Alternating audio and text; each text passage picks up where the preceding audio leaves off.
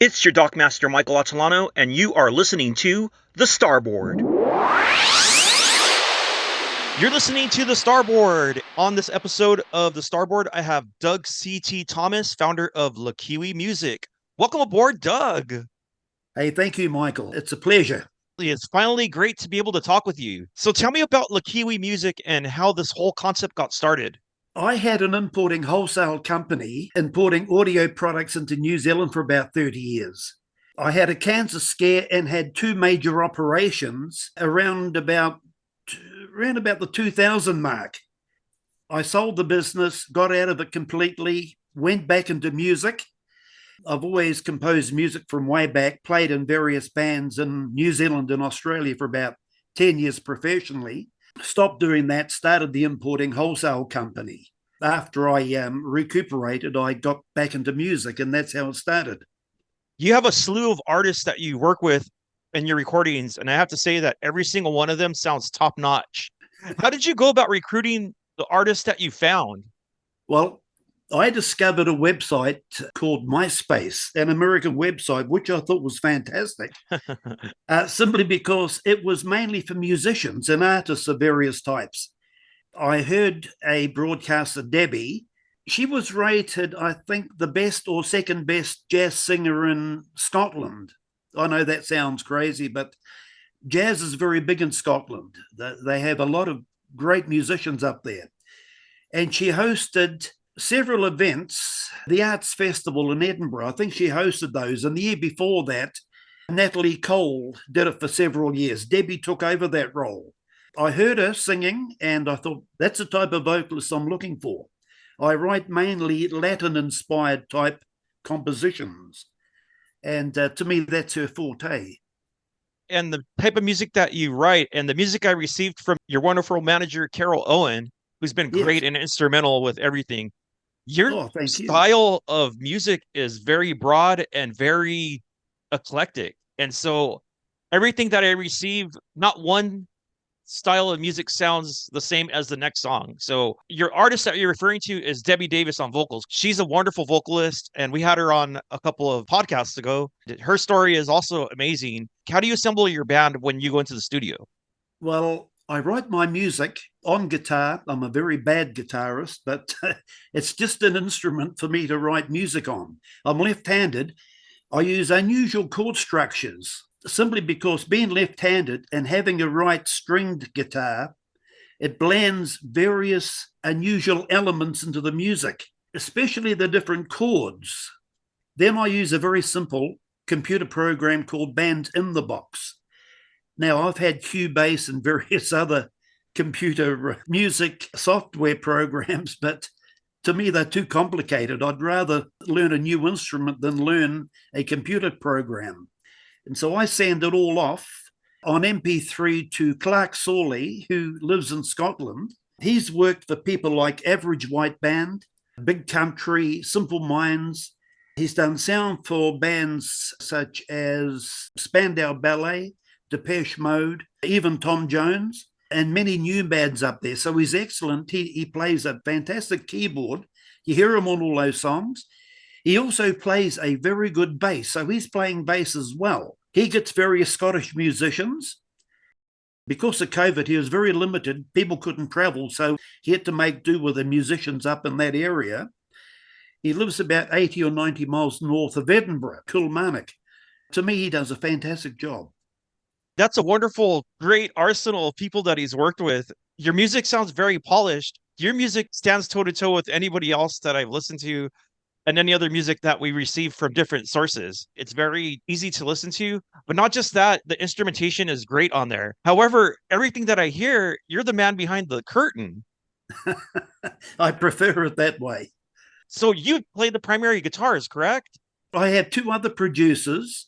Mike McCarthy from Manuka Studios in Orewa, north of Auckland. He's a great producer, arranger. He's produced hundreds and hundreds of full CDs for various artists around the world.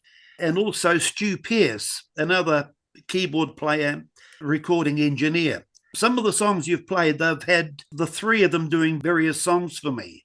All very good, all very professional. Now, our main guitarist is Harvey Mann, who was in the Underdogs with me in New Zealand in the late 60s. He's living in Australia.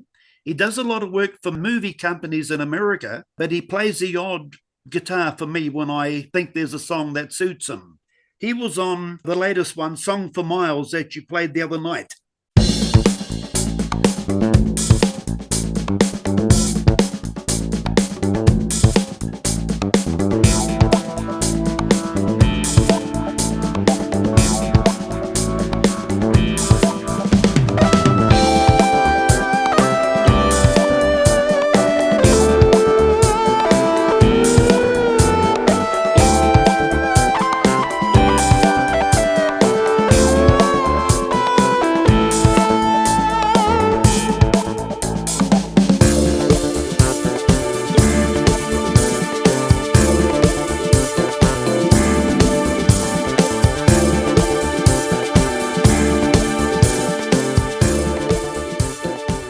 Also, he's on Crossing the Bar doing the lead work.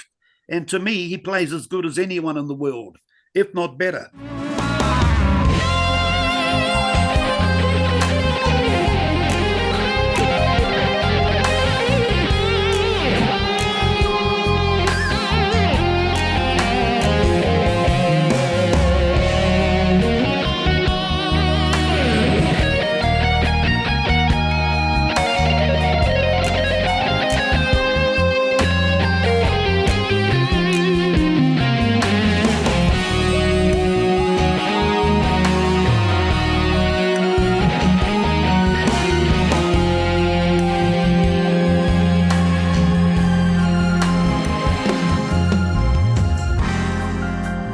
So today we received notice that your song Feel My Love featuring Debbie Davis is one of the top songs on our station from RIAA, meaning people are starting to hear your music and starting to like it.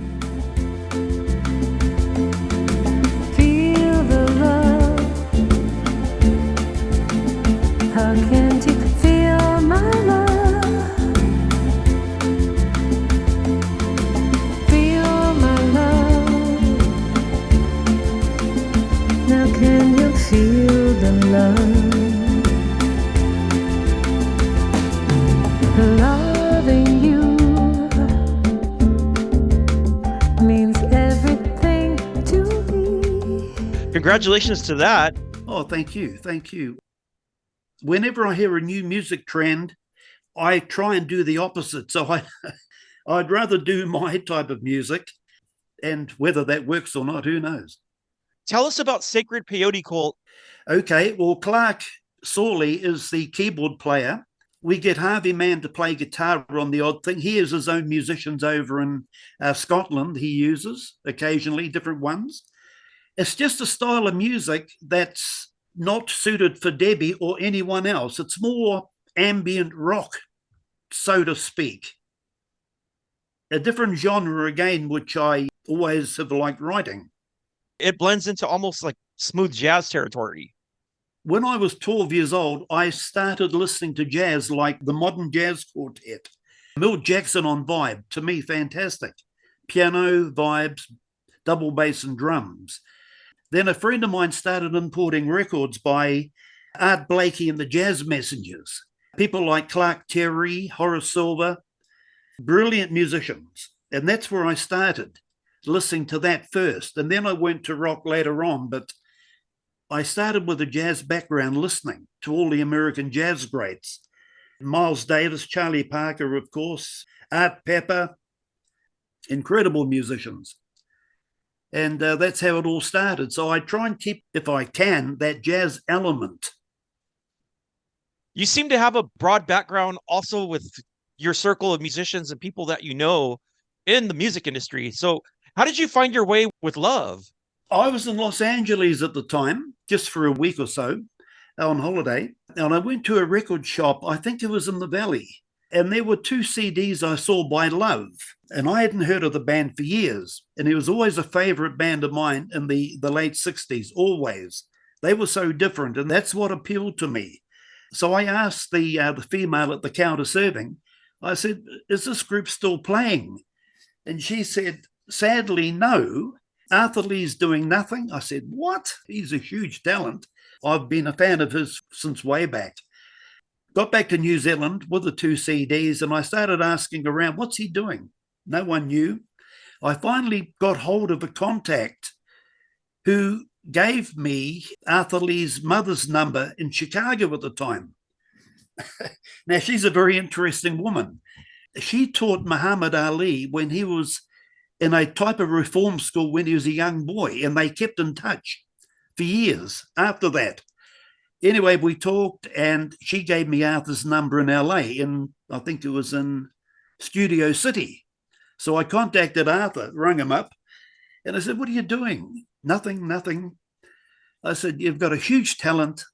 Why don't we get something going and let's get some music going? He said, yeah, call me when you're in LA next. I said, I'm in Hong Kong next week. Instead of coming back to New Zealand, I was importing hi-fi from there as well as Japan and everything. He said, call in and see me. So instead of coming back, I went to LA. That was in 1994, I think it was. And we've been mates ever since until he passed away, 2006. That is such an interesting story because Love is a band I think that's highly underappreciated. Totally. One of the things with Love is they were one of the influential bands that influenced bands such as The Doors, Janis Joplin, Jefferson Airplane. They put a lot of the rock and roll from the 60s on the map from Southern California. Basically, they paved the way for a lot of these bands, and then these other bands came and just became worldwide phenomenons. Exactly. By the time I had gotten back into the music industry, I know I had mentioned that I had ran sound one night for their show, and I didn't know who they were when they were booked. I'm not saying I hadn't heard their music. So before the band even started, and this is a smaller venue, I think it holds maximum of 100 people, but they were charging a little more. And so the owner of the place he told me no guest list for this band because seating is limited.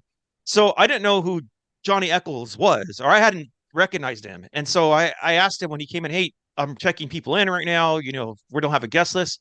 He's like, what do you mean we don't have a guest list? Just the way he was talking, I was like, oh my gosh, I totally pissed this guy off. And it turns out to be Johnny Eccles. Yeah. And then I just felt bad because I was only doing what the owner of the venue was asking.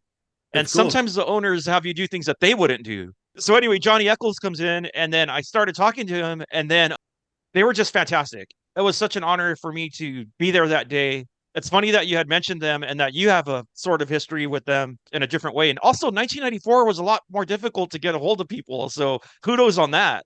It was. So is La Kiwi a project itself, or is that your publishing company, or is that your label, or what exactly is La Kiwi? That's really a label, just a very small label. We're expanding day by day. But I recorded a CD of La Kiwi music, and it was more ambient, not as rocky as Sacred Peyote Cult. It was more laid back as far as ambient sounds went. I put that CD out in the early 2000s, and it did quite well for what it was. Unusual music, still sounds fairly timeless even today. And you're playing Crossing the Bar from that CD, which now has gone over to Sacred Peyote Cult because that's more that genre.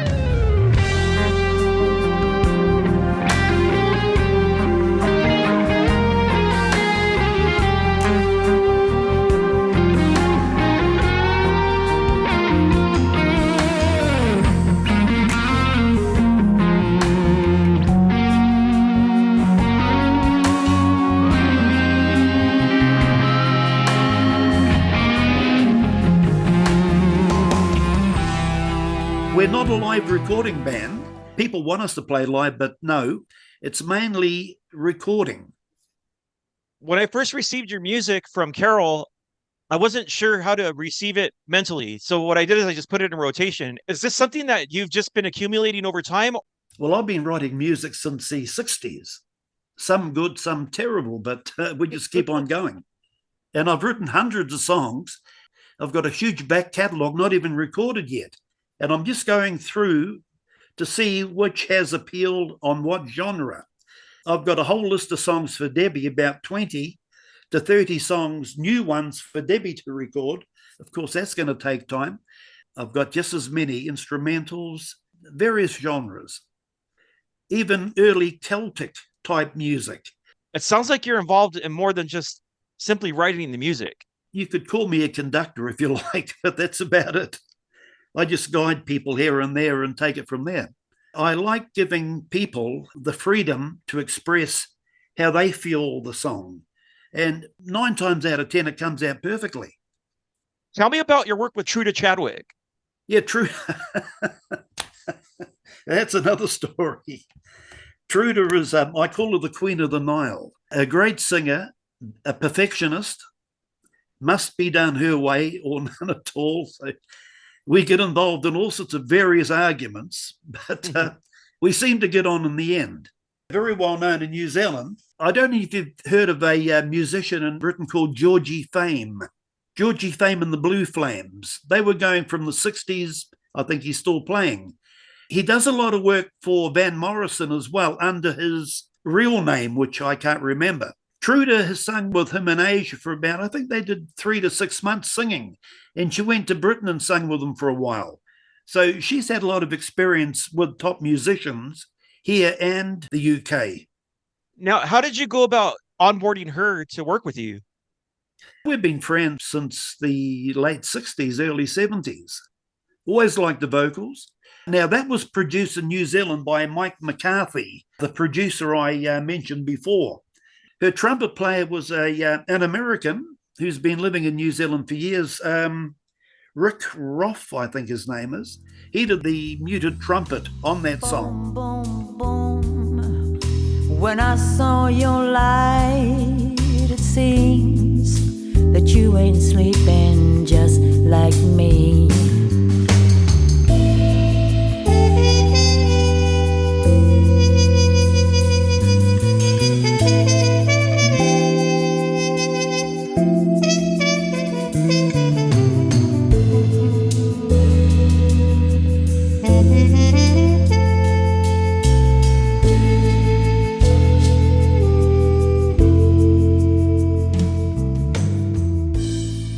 There's so many different elements going on with each and every artist that, like I said, once again, it doesn't sound like anything else that you released before, but everything that you released has a sophistication to it.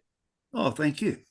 And so she's no different. And she's completely a different vocalist than Debbie Davis is. Oh, totally different. What are you currently in the works on with your music as we speak? Okay, right now, Debbie Davis has got 6 songs she's working on right now, doing the lyrics, some melodies. I've got about another 5 or 6 Sacred Peyote songs ready to go with Clark when he's got time. Of course, everything takes time. I really need a local band in New Zealand of different musicians, which I'm looking at the moment too, to do other projects. But I write a lot of music and, there's over 100 still not even recorded yet. So you're eventually planning on doing live performances, correct? No, I'm sick of that. No, I leave it to the young guns. I live in the country, not far from a beautiful mountain. I live alone, and that's how I do it. So nothing really changed.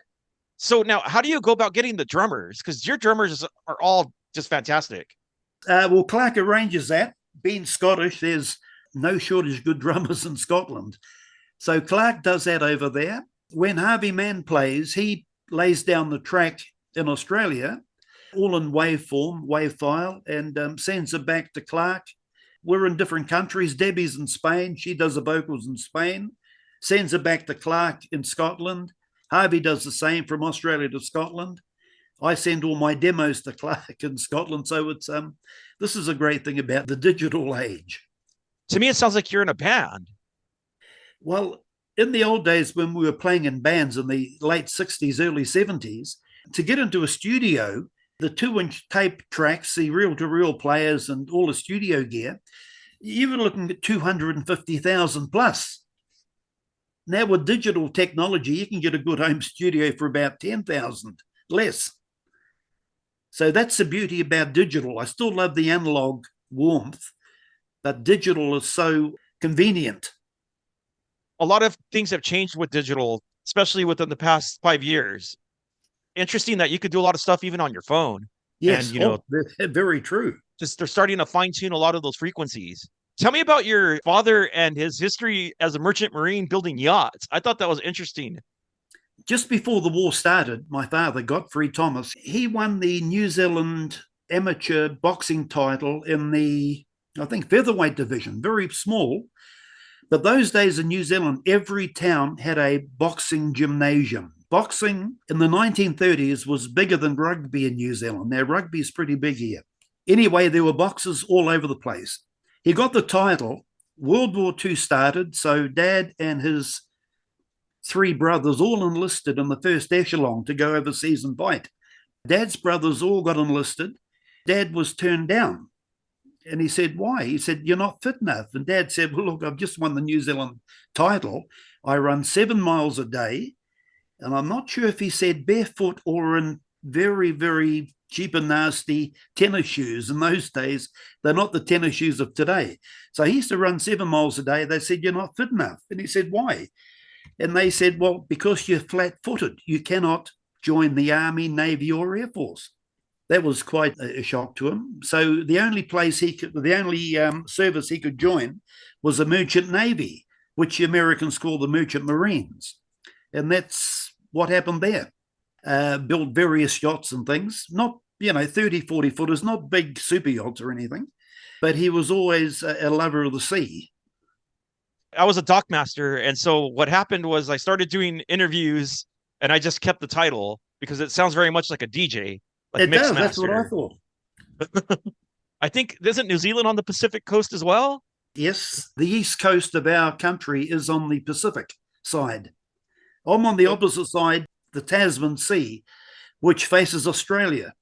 But half the country is on the Pacific. That's so strange. And also, there's a station in Australia called Pacific Coast Radio. Oh, okay. And ironically, they play similar music. Are you involved with them at all? We have nothing to do with them. I might actually reach out to them just to say hi and hello, how are you? There are some great Aussie bands and a couple of good friends of mine in bands over there. They'd love to get exposure, I'm sure. So what can we seek in the future with Doug C.T. Thomas? Well, just what I'm doing now. Always trying to get better. And this is why I love your station. Some of the people that I've heard, I've never heard before, like the woman that sings Burn the Boats. M. Greiner. Yes, yeah, I like her style. You got State Cows, you got, is it Chuck Lorb? Oh, yeah, Chuck Loeb. Yep, yeah. Seawind, Jeff Lorber, Moac, that Rent song I like. Now, who's the guy that does Morning Sunrise? Russell Blake. Yes. Yeah, very good, very good. Now, a lot of the artists that you mentioned are artists that have submitted music to us. And so it's great. And I feel like you guys are becoming my new family. Well, that's good. That's fantastic. Oh, now, before I forget, Mike Stern and Jeff Lorber, man, they're doing some great stuff. Oh, yeah. Jeff Lorber's top notch. Now, this young guy who you've got on your station now, Bruno Mars, man, that guy has got talent. Yeah, absolutely. I've always loved soul music from way back, and that song, Leave the Door Open, to me, that's one of the best soul songs ever written. Yeah, he's a phenom. He has like all the good traits of what Michael Jackson could have carried over and just, he's ran with it, Oh, look, I think he's in a league of his own. Pharrell is the same. I like that Pharrell. And I think you do a song by Outkast. Very good young musicians. Fantastic. Earth, Wind, and Fire covered that song with Kenny G. Okay, well, they were a favorite of mine too, Earth, Wind, and Fire, and the Commodores. And the Commodores, Walter Orange, Clyde Orange, who was the singer, he recently retired. His two sons joined recently, and they haven't said why he's retired. I wonder what's going to be happening with them in the future. Was Clyde the drummer?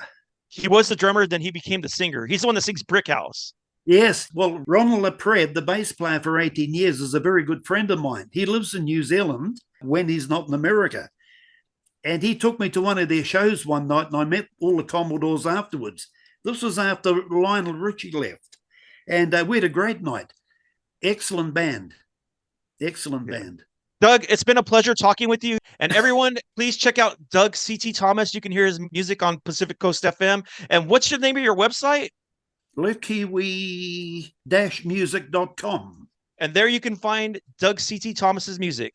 You have been listening to The Starboard with guest Doug C.T. Thomas. To find out more about the Starboard podcast, look me up on Facebook. That's Dockmaster Mike on Facebook. And there you can find links to our guest and to our past podcast episodes.